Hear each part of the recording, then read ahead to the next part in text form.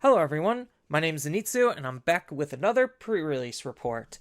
So usually I like to do these just to kind of show what I built for pre-release so you could kind of get an idea on, well, not only what is possible with pre-releases, but kind of just some insight in terms of how I went about building my deck, so that way you could take this along with my pre-release guide and kind of infer how I was able to find my success.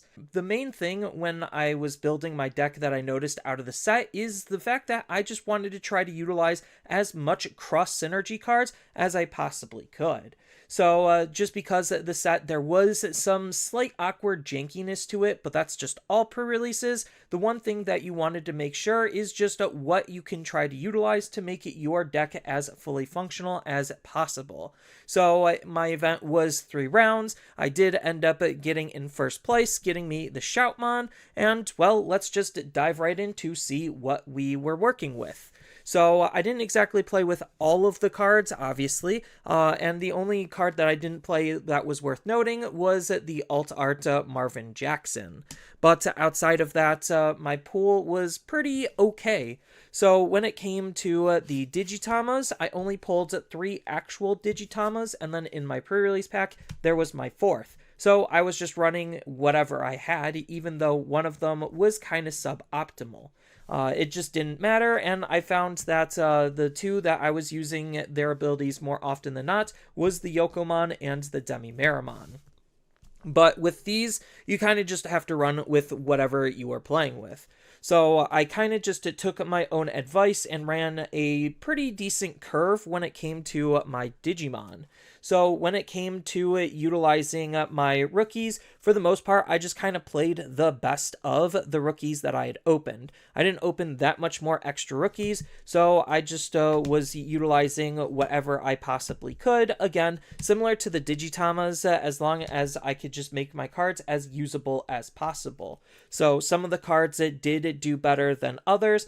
The big standouts was the Ryudamon, because I did actually have a decent amount of X-Antibody Digimon in my deck, and I did actually have the Ginryumon to be able to utilize his ability, even though I wasn't using any tamers to, well, actually capitalize on it. Just the fact that I had it was definitely nice to note.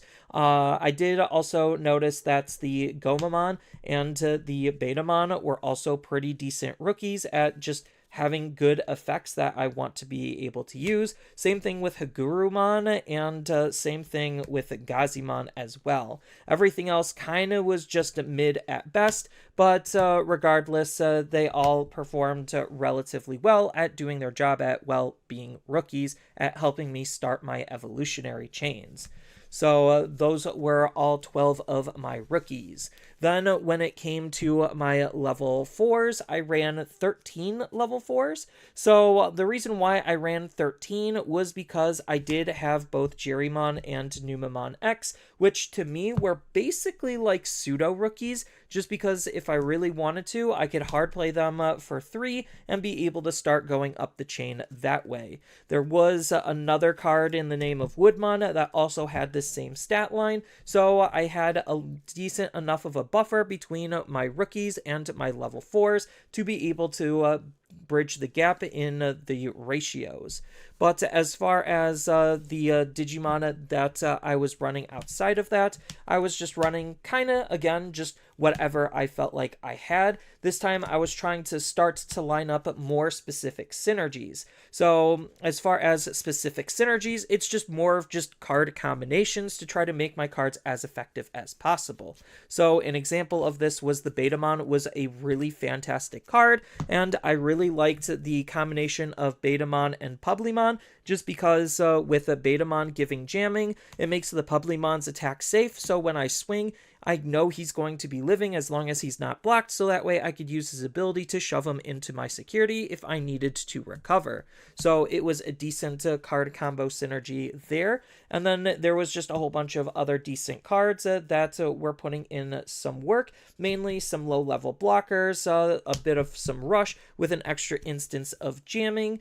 The Gurumon's draw definitely helped, and the Akatorimon also helped to act as some good removal for the opponent's low-level Digimon.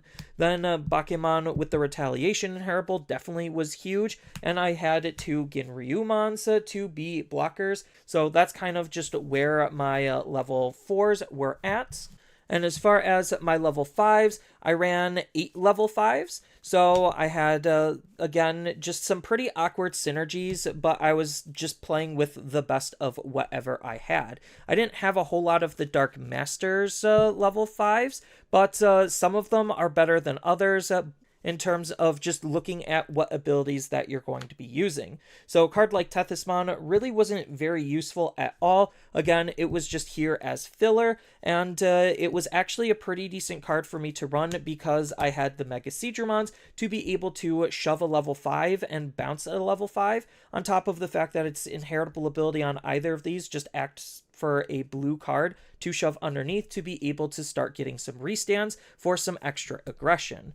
Then there was Brachydiomon, which was another pretty decent control tool, on top of Skullmeramon, again synergizing with Betamon, having security attack +1 if I pay 2 memory to use it, in combination with jamming, puts a lot of early game pressure on the opponent. And then the others were just, again, more of just some decent stuff, trying to line up some synergies with some decent inheritable abilities, or just going up an evolutionary line, just because I actually had the evolutionary line for the X antibodies. So it's not like there was anything too spicy or special here, it's just me more trying to figure out where my synergies are and how I could best utilize my cards. But when it came to the deck building aspect, the first thing that I started with was actually my level 6s. So I ended up running 6 level 6s, and my level 6s just put in a lot of work for this format.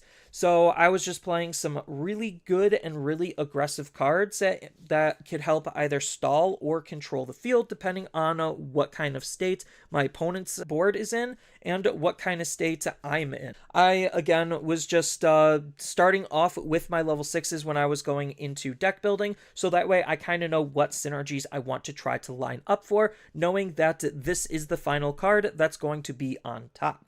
So there was a lot of really good synergies. Dire Rabbit Ace being actually a level 6 ace was pretty good because I did have, again, some really cute and cheeky plays like Skullmeramon, Betamon to try to choke, attack the opponent, deal some damage, then they try to attack into them, and then I could Dire Rabbit Ace to try to just hard counter them.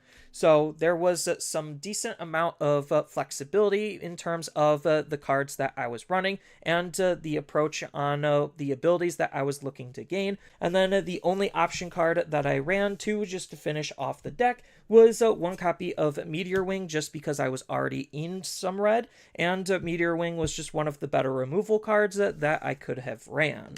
So that was, for the most part, my deck, taking me in first place. So I do have some extra pre-release packs as some prizing to open up for you all.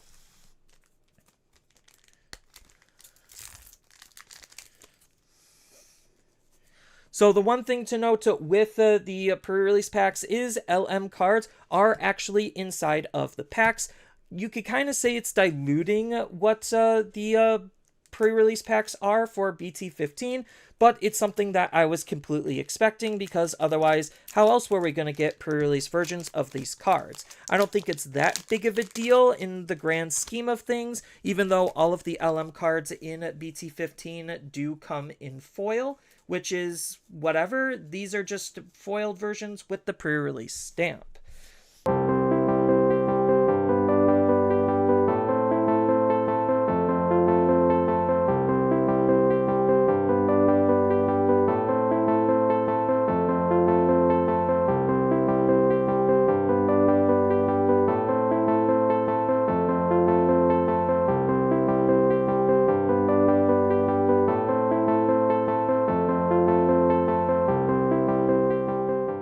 But that is my pre-release report. Feel free to tell me how you did down in the comments below and your thoughts on your own pre-release experience overall. And as always, thank you for watching the video. Make sure to subscribe if you enjoy this type of content, and I will see you later.